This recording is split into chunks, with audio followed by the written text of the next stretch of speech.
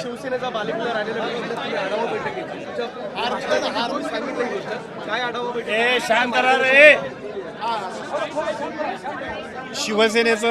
शिवसेनेचं संघटन संपूर्ण महाराष्ट्रात अधिक मजबूत करावं आणि भविष्य काळामध्ये शिवसेनेचं चाललेलं काम अजून गतिमान करावं अशा पद्धतीची भूमिका घेऊन शिवसेनेच्या संपूर्ण राज्यभरामध्ये संघटना मजबूत करण्यासाठी आमचं काम चाललं आहे. आदरणीय शिवसेनेचे मुख्य नेते एकनाथजी शिंदे साहेबांच्या मार्गदर्शनाखाली महाराष्ट्रामध्ये ज्या पद्धतीचं शिवसेनेच्या वतीनं सर्वसामान्य माणसांसाठी काम चाललं ते बघितल्यानंतर महाराष्ट्रातल्या प्रत्येक मतदारसंघातून कानाकोपऱ्यातून अनेक लोक आमच्याकडे येत आहेत.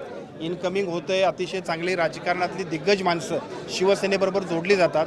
कालच्या विधानसभेला जे चित्र होतं त्याच्यापेक्षा सुद्धा दररोज आपल्याकडे होत असणारे प्रवेश बघितल्यानंतर शिवसेना हा भविष्यकाळामध्ये अजून चांगल्या पद्धतीनं सक्षम अशा पद्धतीनं भक्कमपणानं सक्षमपणानं महाराष्ट्रात आपली ताकद उभा करेल अशा पद्धतीचं चित्र आहे.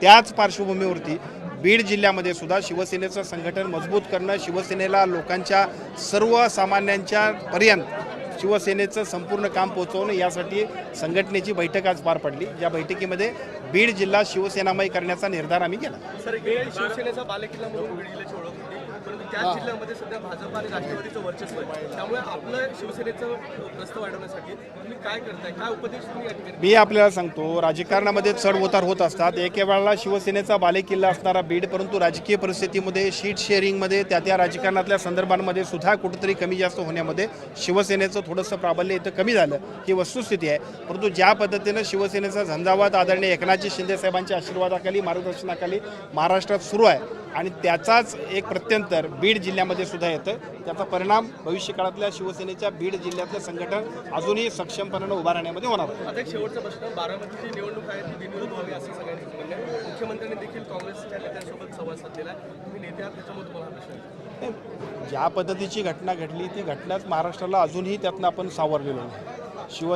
महाराष्ट्रातलं नेतृत्व अजितदादांच्या निमित्तानं ज्या पद्धतीनं आपल्यातून निघून गेलं तो चित्र बघितल्यानंतर अशा सगळ्या घटनाक्रमांमध्ये सगळ्याच पक्षांनी थोडीशी एक वेगळ्या पद्धतीनं अशा ही निवडणूक बिनविरोध करावी असं आवाहन सगळेच नेते करत आहेत. मला असं वाटतं की मुख्यमंत्री असतील किंवा सर्वच प्रमुख नेते आणि सर्वच पक्षसुद्धा त्याला साथ देतील. बीडमधल्या एका बोगस डॉक्टरचा व्हिडिओ गेल्या काही दिवसांपूर्वी व्हायरल झाला, त्या संदर्भात तुम्ही कारवाईसाठी काय आदेश करणार आहात? सार्वजनिक आरोग्य विभागाच्या कामामध्ये कुठेही जर चुकीची गोष्ट असेल तर त्याच्यावरती सक्त कारवाई केली जाईल याची प्रत्यंतर गेल्या वर्षभरामध्ये आमच्या विभागाचा आणि महाराष्ट्रातल्या जनतेला सुद्धा होतं. त्यामुळे हे सुद्धा काम जे चुकीचं करणारे लोक असतील त्यांच्यावरती कारवाई तात्काळ होईल. बीडमध्ये आज बीडच्या जिल्ह्याच्या गाणीचं साम्राज्य त्या ठिकाणी संपूर्ण फोनोग्राफी सेंटरमध्ये फिरत असल्याचे व्हिडिओ आले होते, त्याच्या बातमी प्रकाशित झाल्या. त्या संदर्भात काही संबंधित लोकांना सूचना करणार? जे चुकीचं काम असेल, खरं तर मनुष्यबळ असेल, स्वच्छता असेल, यासाठी इतके चांगले पैसे आम्ही देतोय आणि अशा वेळेला जर काही दुर्लक्ष होत असेल तर एका बाजूला तो कॉन्ट्रॅक्टर ब्लॅकलिस्टेड होईल, पण त्याच्यापेक्षा सुद्धा आमचे अधिकारीसुद्धा त्याला कारवाईला पात्र आहेत. कारण ह्या सगळ्याचं मॉनिटरिंग करण्याची जबाबदारी शासनाच्या वतीने त्यांची आहे. त्यामुळे त्याची चौकशी आणि चौकशीनंतर तात्काळ आम्ही कारवाई करतो. सर, मराठवाड्याचा आढावा घेतला आहे, छत्रपती संभाजीनगर, बीड आणि धाराशिवला तुम्ही जाताय, त्यामुळे आता काय नेमकं एकजूट करताय तुम्ही सगळ्या कार्यकर्त्यांची?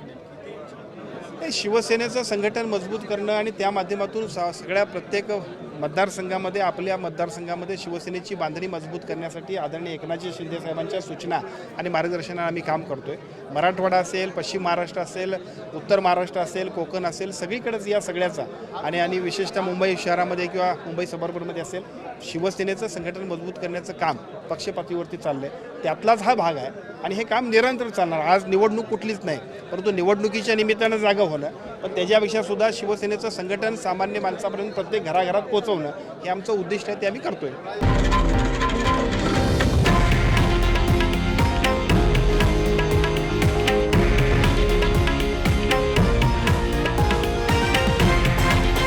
हे आहे देशातील नंबर 1 न्यूज नेटवर्क आणि आपण पाहत आहात TV9 मराठी, एकमेव.